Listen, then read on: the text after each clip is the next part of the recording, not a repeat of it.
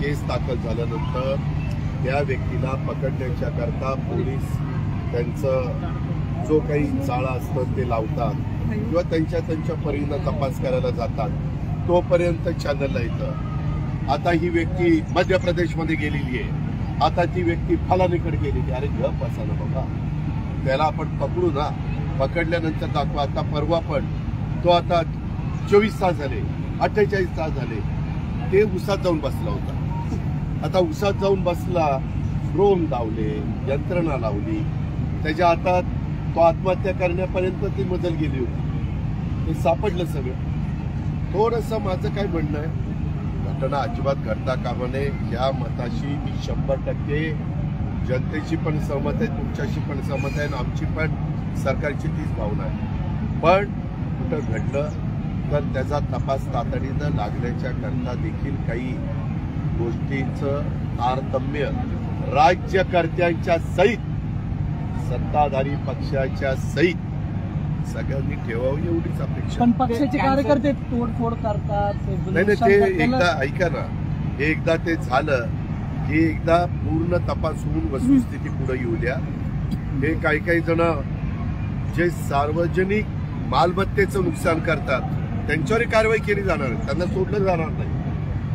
जर एखादा आरोपी सापडत नाही म्हणून तुम्ही काही स्वतःच्या घराच्या काचा फोडत बसाल, खुर्च्या तोडत बसाल, तिथं काही स्वतःला फार काही वेगळं दाखवण्याचा प्रयत्न करा.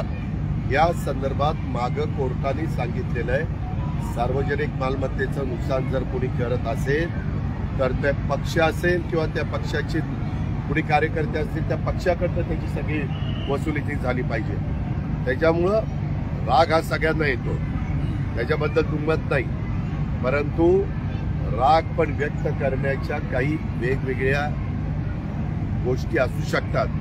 अहिंसेच्या मार्गाने महात्मा गांधींनी देशाला स्वातंत्र्य मिळवलेला जगाला त्या माहिती झालेलं आहे.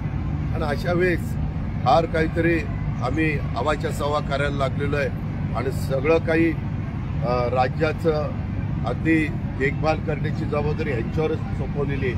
हे जे काही जणांचा अतिउत्साह चाललेला आहे ना, त्यांना पण कायद्याच्या नियमाच्या प्रमाणे कारवाई केली जाईल.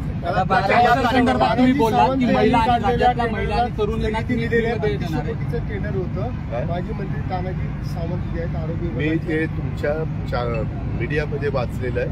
मी मुंबईला गेल्यावर मंत्रालय चालू असताना मी त्याबद्दलची माहिती घेईन. आता तुम्ही जी बातमी प्रसिद्ध केलेली तेवढीच माझ्या वाचनात आहे. त्याच्यामुळं मी आज राज्याचा अर्थमंत्री, उपमुख्यमंत्री शहानिशा करून मी त्याच्याबद्दल आरोग्यमंत्र्यांनी शिक्षण विभागामध्ये समन्वय दिसला नाही का? दादा भुसे यांनी नाराजी व्यक्त केली, समन्वय क्लासचा तर आणखी मोठा आणि राज्यव्यापी पण ते कार्यक्रम करतात, कुठं समन्वय तुला तेच म्हटले.